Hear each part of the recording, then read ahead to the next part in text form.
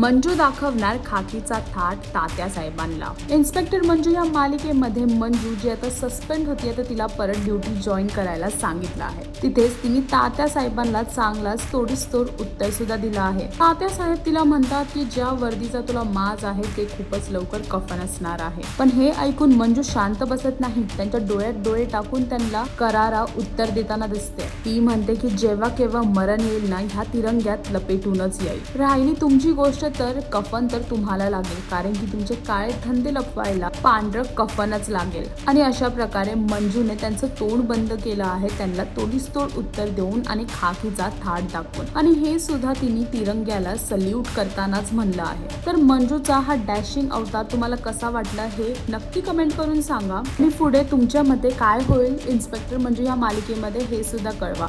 अजून असे अपडेट जाणून घेण्यासाठी टलीचक्कर रिजनला सबस्क्राईब करायला विसरू नका।